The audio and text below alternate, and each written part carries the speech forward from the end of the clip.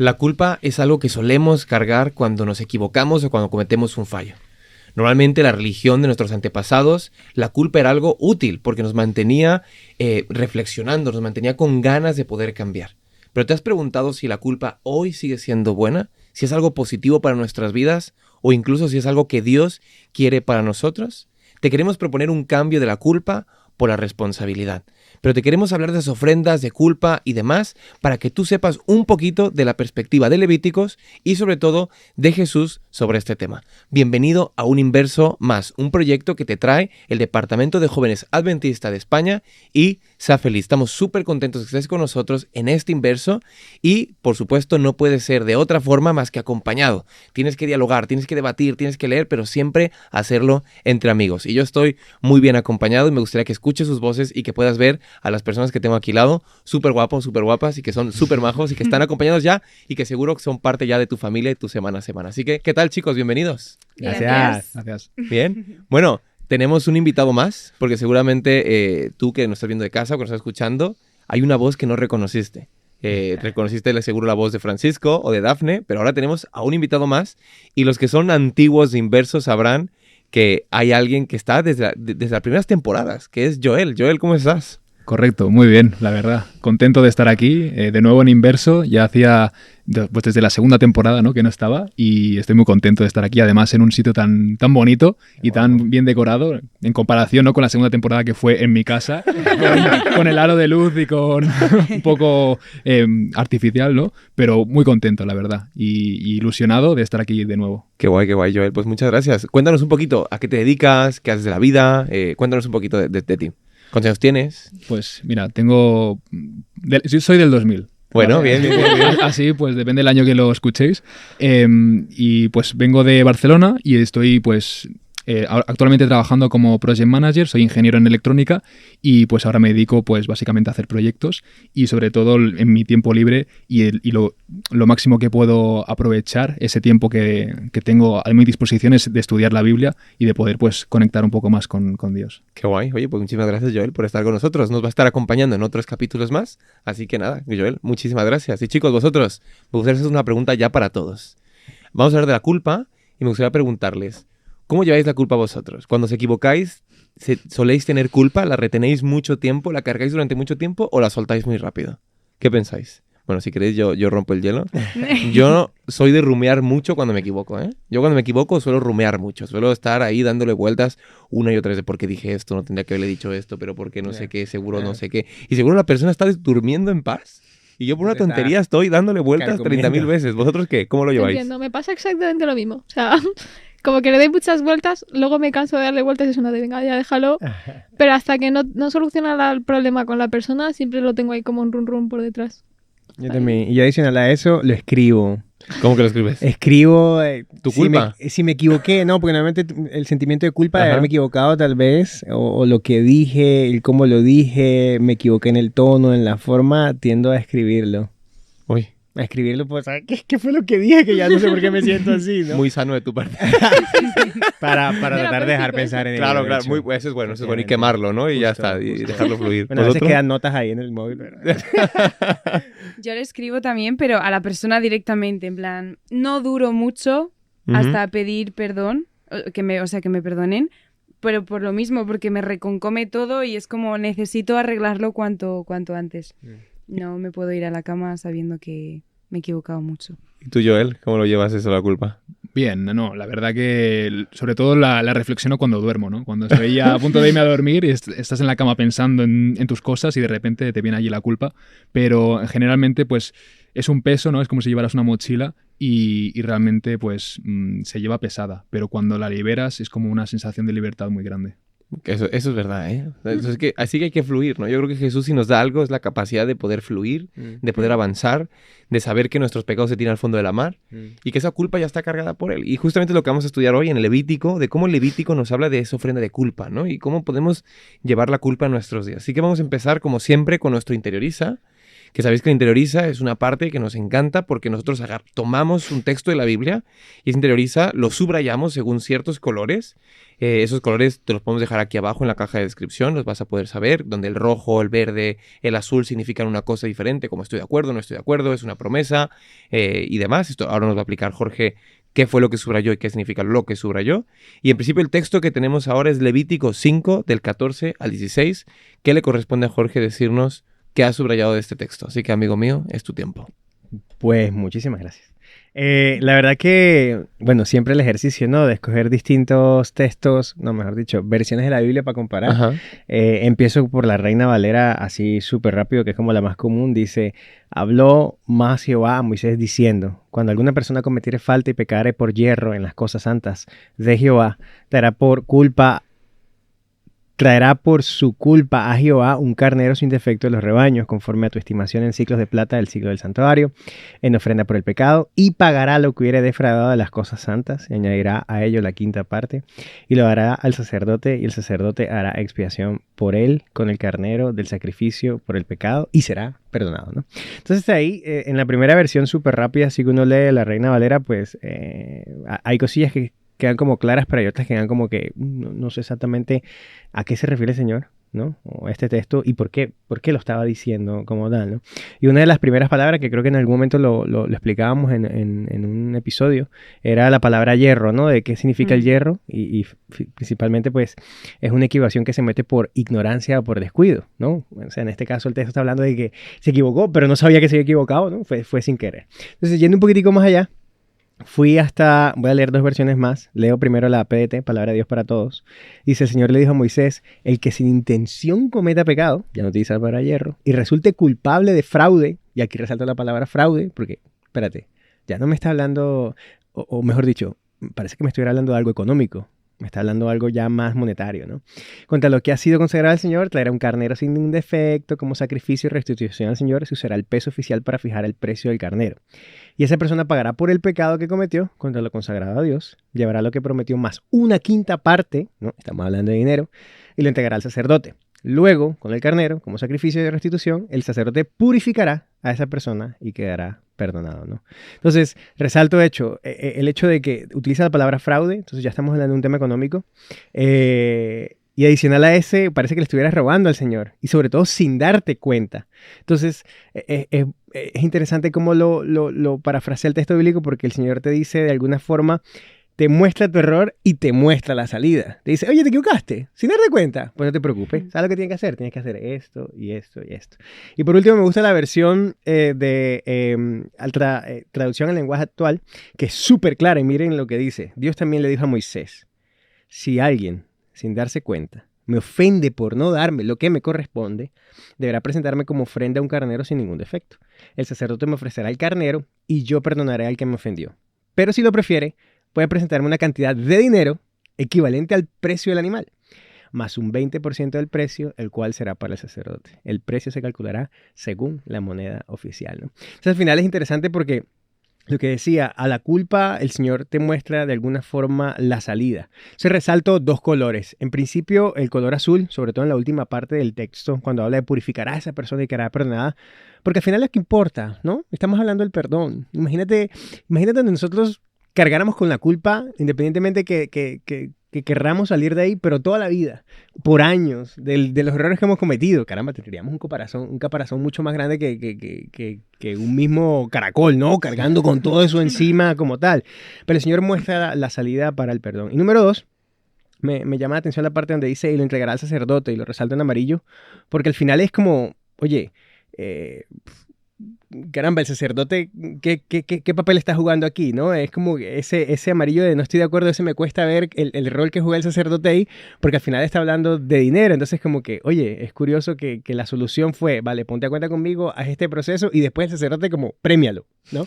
Como, oye, mira lo que tiene. Dale algo, sí. O sea, efectivamente, págale por el servicio que ha realizado, ¿no? Entonces, es interesante la manera en que el texto, y llevando el tema de la culpa, y aquí siendo un poquitico más como cayendo sobre la llaga, ¿no? Sobre el dolor, es que al final la ignorancia no me exime de la culpa. Uh-huh. ¿Mm? Y es algo que nos puede pasar a nosotros en el diario vivir. Caramba, que yo no lo sepa no significa que no seas culpable. Y puede pasar en la ley, y puede pasar en general, ¿no? Como ciudadanos de las ciudades y de los países donde estamos, ¿no? Y lo interesante de esto es que la medida del pecado no es nuestra, no es nuestra conciencia, es Dios. Entonces, no es que yo me sienta mal o me sienta bien. La pregunta es, caramba, frente al Señor lo que hiciste está bien o está mal. Entonces ahí la culpa toma, por supuesto, un sentido totalmente distinto.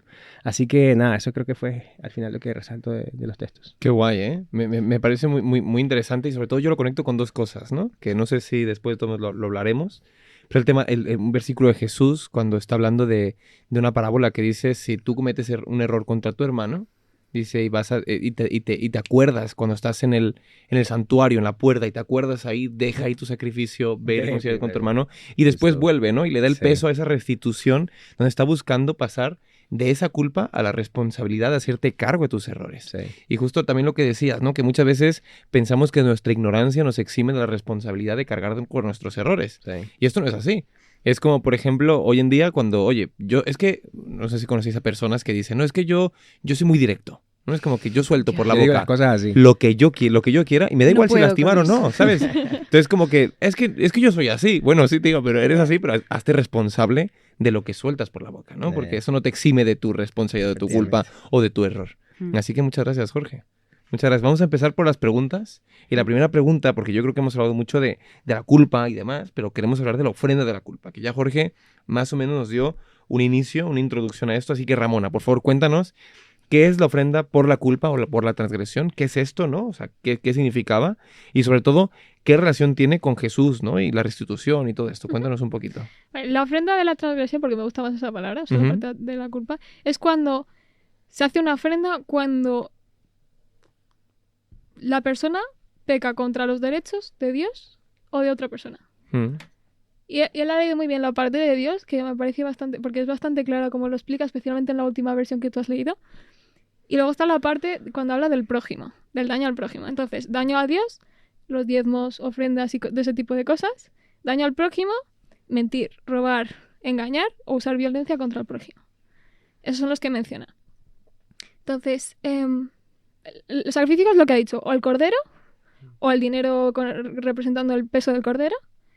Y aparte de eso, tenías que ir con la persona y restituirle a la persona lo que le habías robado, lo que le habías dañado, o si le habías engañado a otras personas o difamado contra él, tenías que restituirle con respecto a lo que le habías hecho. Entonces, tenías que pagarle ese dinero, la quinta parte de lo que le habías robado y dañado, y aparte de pedir el perdón, por supuesto, que es lo mismo que hacía Jesús. Y añadir ese plus, ¿no? Ese componente de... No vale solo con pedirle perdón a Dios, sino que tienes que pedirle perdón al prójimo, que me pareció bastante interesante. Y luego, la relación que tiene con Jesús yo creo que es bastante claro, porque los sacrificios, hemos estado hablando durante todos estos capítulos, los sacrificios todos representan a Jesús, es decir, apuntaban a la muerte de Jesús en el Calvario, ¿no? Se dice que este sacrificio es un sacrificio santo, es un sacrificio especial, porque los sacerdotes comían este sacrificio en el lugar santo. O sea, hay muchas ofrendas que hemos mencionado antes que se comía la ofrenda, ¿no? Esta concretamente se comía dentro del lugar santo, que me pareció una cosa curiosa también. Y aquí hace la relación con Jesús de que el alimento es esta parte de la vida. Jesús, su palabra es alimento para nosotros, que debería serlo todos los días, ¿no? Como tu tweet de hace unas semanas. Sí. Y... se usaba el cordero sin mancha, por supuesto. Jesús era una persona que no tenía que tener pecado para poder morir. Y el sacerdote era el que realizaba ese sacrificio y tenía que cargar con la sangre de ese animal. Igual que Jesús cargaba con nuestra sangre en la cruz, ¿no? Y básicamente es eso. Se sería resumido lo que dice el texto. Me parece muy interesante porque has mencionado que igual que otros sacrificios, este sacrificio se enseñaba como hacia Jesús. Sí. Y he pensado que muchas veces nosotros decimos que sentir culpa es como ser humilde, por así decirlo, como que te rebajas. Pero me parece que es todo lo contrario, porque cuando sientes culpa, me parece que eres un orgulloso, porque estás diciendo que el sacrificio de Jesús no es lo suficientemente poderoso como para perdonarte lo que hayas hecho o el error que hayas cometido. Entonces me parece que deberíamos, o sea, reconociendo tu culpa y dejándola estar y aceptando ese perdón y ese sacrificio que Jesús ha hecho por nosotros, ahí es cuando realmente eres humilde. Y tienes la oportunidad de recibir la gracia de Dios y ese perdón, que ya hemos hablado muchas veces de lo que significa el perdón, de si nosotros aceptamos bien el perdón o no. Entonces me parece que es muy importante que sepamos ese componente de a qué muestra este sacrificio de la culpa y no ser orgullosos y mantenerte ahí en la culpa y no dejar recibir el perdón. Totalmente, totalmente. O sea, poder entender que el tema de la culpa... es volver al error una y otra vez, ¿no? Es darte el error una y otra vez. Y justamente, dense cuenta, ¿no? Es pura lógica. Dios instituye un sacrificio de la culpa para decirle a la persona, ese sacrificio vale tu culpa, vale tu restitución, ¿no? Tienes que ser responsable con tus errores. Entonces, de esta forma, Dios sí que daba una solución ante la culpa y no la mantenía en el tiempo o no era una herramienta para hacer un cambio, sino al contrario, la herramienta del cambio era la restitución, era el amor de Dios mostrado a través del sacrificio. Entonces, vamos a hablar de algo, y aquí viene tu primera pregunta, como te vas a estrenar en esta nueva temporada, Joel. Así que va para Joel, dice, ¿cuáles son los pasos de la restitución, ¿no? O sea, ¿cuáles son esos pasos que siguen a la hora de restituir algo, ¿no? O una relación, o con Dios, o con el prójimo y demás? ¿Y qué es lo que nos cuenta la Biblia sobre este tema, ¿no? La restitución. Cuéntanos, por favor. Sí, bien. Yo creo que esta restitución se puede dividir en 3 pasos. El primero sería confesar, ¿no? Es importante reconocer el error, ¿no? Admitir específicamente los daños causados contra Dios y hacia otras personas y en consecuencia hacia Dios, y la confesión debe ser una cosa personal, ¿no? Y dirigida únicamente a Dios o a la persona a la que has dañado realmente, ¿no? Entonces, el segundo paso, una vez ya te has confesado, yo creo que sería restituir, ¿de acuerdo? En este caso, pues después de la confesión se debe hacer todo lo posible para devolver lo que se ha tomado o el daño que has causado. Incluso se nos menciona, ¿no? en la escuela sabática y en la Biblia que habría que añadir un 20% adicional como compensación. Entonces, esto demuestra la voluntad de hacer las paces y además reparar el daño. Entonces, el último paso, una vez ya hemos confesado y restituido, quedaría ofrecer un sacrificio, que es lo que hemos hablado hace un ratito, ¿no? de lo del ternero.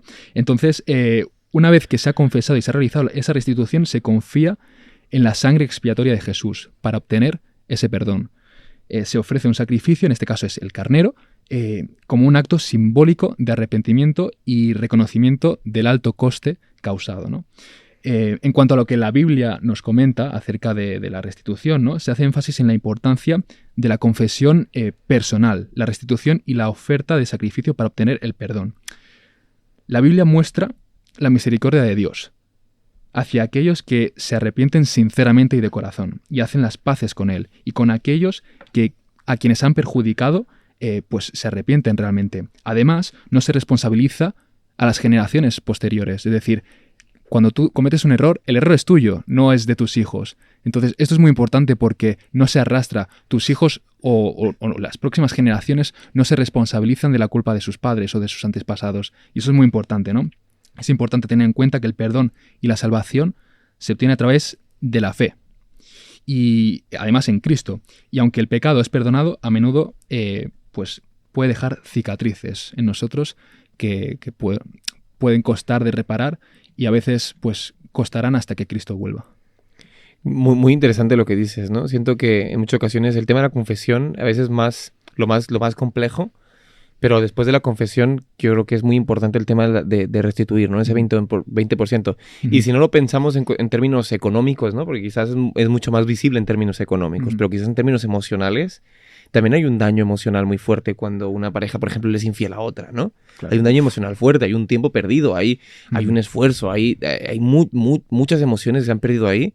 Y yo siento que también tendríamos que esforzarnos nosotros cuando nos equivocamos, si realmente estamos arrepentidos, de restituir a la otra persona o de buscar que esa persona tratar de solventar ese daño, ¿no? Tratar de poder dar nuestro máximo esfuerzo. Quizás la otra persona, como dices tú, por las cicatrices, no quiere avanzar por un tiempo, ser pacientes y tener esa humildad para restituir esa situación. Así que el sacrificio de Jesús ya está hecho, ¿no? Y yo creo que el libro de Gálatas nos dice muy bien, ¿no? Que el perdón de los pecados ya está hecho por ti y por mí. El sacrificio está hecho ya por todos. Ahora hace falta que justamente tú y yo nos pidamos perdón, que busquemos el perdón y que busquemos esa restitución. Así que, oye, muchas gracias, Joel. Y ya por último vamos con Andrea. Y me gustaría que ya nos dijeras la conclusión de esto, Andrea, porque estamos muy rayados. Cuéntanos, ¿la culpa es buena? ¿Qué nos enseña la Biblia sobre esto, ¿no? Sobre si la culpa es buena o no es buena. Y sobre todo, ¿quién cargó nuestra culpa, ¿no? ¿Cómo podemos gestionarla? Bueno, acláranos todo esto, según todo lo que hemos escuchado. Ponnos un poquito de luz en este tema, amiga. Pues me gusta porque se ha hablado muchísimo de la restitución. Entonces, para empezar, me gustaría decir que la culpa es una emoción y tiene un papel adaptativo. Es muy importante esta palabra de adaptativo. ¿Por qué? Adaptativo significa que primero, como ya se ha mencionado, reconocemos el error y en segundo lugar tenemos que poner en marcha unos mecanismos de reajuste y de reparación del daño, que es lo que tú comentabas de, aparte de que te pido perdón, quiero arreglar lo que yo he hecho mal. Entonces, ¿cuál es el objetivo de esto? De la culpa. ¿Por qué tenemos que sentir culpa? Para no transgredir normas, códigos éticos, es decir, es un aviso de que he hecho algo mal y ese algo mal que he hecho va a tener unas consecuencias. Y hace tiempo ya, en una conferencia que tuvimos en nuestra iglesia, vino un psicólogo que dijo una ilustración que me gustó muchísimo de esto de la emoción y yo pues la aplico, por ejemplo, con la culpa. Y él comentaba que tú estás en un camino y en medio del camino te encuentras un río. Entonces, hay un tronco en el río. En este caso, el tronco sería la culpa. Para cruzar, tú puedes utilizar ese tronco y cruzar al otro lado. Es decir, aprovechas la culpa, o sea, has hecho algo mal, eso está claro. Pero utilizo eso como restitución para conseguir cruzar el río y seguir con mi camino. ¿Qué pasa? Que muchas veces hay muchas personas que se quedan en el tronco y van fluyendo por el río. Y se quedan atrapados en el río y básicamente se han topado con ese problema, pero no consiguen restituir, que es lo que hablábamos antes, o de poner en marcha un mecanismo de ajuste. Entonces, es muy importante que las emociones no son cosas que somos, son cosas puntuales que sentimos. Entonces, la culpa es lo mismo, es algo que sentimos de forma puntual, no está mal, está bien, y de hecho quiero remarcar que está bien sentir culpa, y la culpa es buena, la culpa no es mala. ¿Por qué? Porque te ayuda a darte cuenta de que has cometido un error, y eso es muy importante. Si no supiésemos que hemos cometido errores, no avanzaríamos. O sea, para mí es una forma de experimentar la gracia de Dios y aparte de experimentar el que tengo que mejorar, el que tengo que crecer, tengo que hacer algo aparte. Entonces, pues me parece muy interesante que seamos conscientes de eso, de que no hay que fluir con el tronco, hay que aprovecharlo para cruzar el río y dejarlo ir. La culpa ya no es nuestro problema. Con esto espero que haya quedado claro que la culpa es buena. Ahora, ¿qué dice la Biblia sobre esto? Me gustaría leer un versículo de 2 Corintios 7,10, que dice: porque la tristeza que es según Dios produce arrepentimiento para salvación, pero la tristeza del mundo produce muerte. Aquí hablamos de dos tipos de culpa. Tristeza yo lo he sustituido como culpa. Y se dice que la culpa de Dios lleva a la salvación, mientras que la culpa del mundo lleva a desesperanza, lleva a condenación, lleva a pensar que somos malos y no hay nada en este mundo que me pueda ayudar, que me saque del agujero en el que estoy metido. Entonces, es muy importante que la culpa que nosotros sintamos nos lleve hacia Dios, hacia esa salvación. Y como ya he mencionado antes, ¿quién llevó toda esta culpa?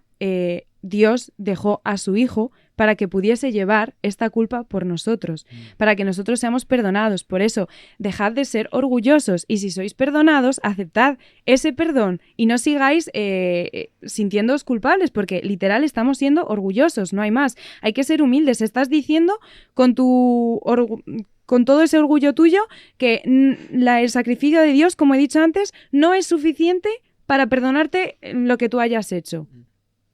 Y eso es de yo puedo más. Y no podemos más. Y eso debería de quedar claro. Y me gustaría acabar con la historia que se menciona en la lección de Zaqueo, porque me ha parecido muy interesante, porque a Zaqueo, ¿qué es antes? ¿Es como el pollo o el huevo? Pues esto igual, la restitución o la salvación. ¿Qué viene antes? Y yo he pensado, una vez que tienes la salvación, automáticamente la restitución está. ¿Por qué? Porque eso es algo intrínseco. Entonces, automáticamente tú ya vas a tener va a salir de ti la restitución, el querer cambiar, el querer hacer algo al respecto y enmendar tus errores. Pero también digo que si tú tienes restitución, el siguiente paso es la salvación. O sea, eso no es intrínseco, es como veo 2 pasos aparte, pero gracias a Dios, Él ya nos ha salvado y ahora simplemente tenemos que, de dentro, que salga la restitución de nosotros. Repito, culpa es buena. Hay que aprovecharla y utilizarla. Ya tienes Twitter. Sí. Pues muchas gracias, Pues Andrea. mira, en eso no había pensado, pero tengo Twitter. Muchas gracias, Andrea. Yo creo que es muy importante tener en cuenta esto que nos has dicho, ¿no?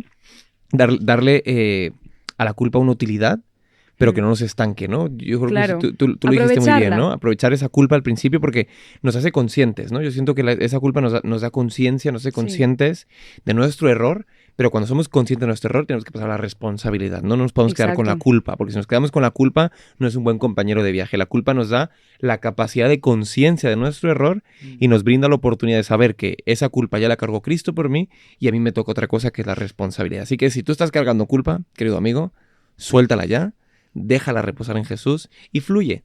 Y pasa la responsabilidad, ser responsable de tus errores. No hay nada más bonito en este mundo que soltar eso que llevas cargando tiempo. Decir, oye, ¿sabes qué, Jesús? Yo me he equivocado. Y Jesús te dice, tú estás perdonado. ¿Te equivocaste en qué? ¿En qué?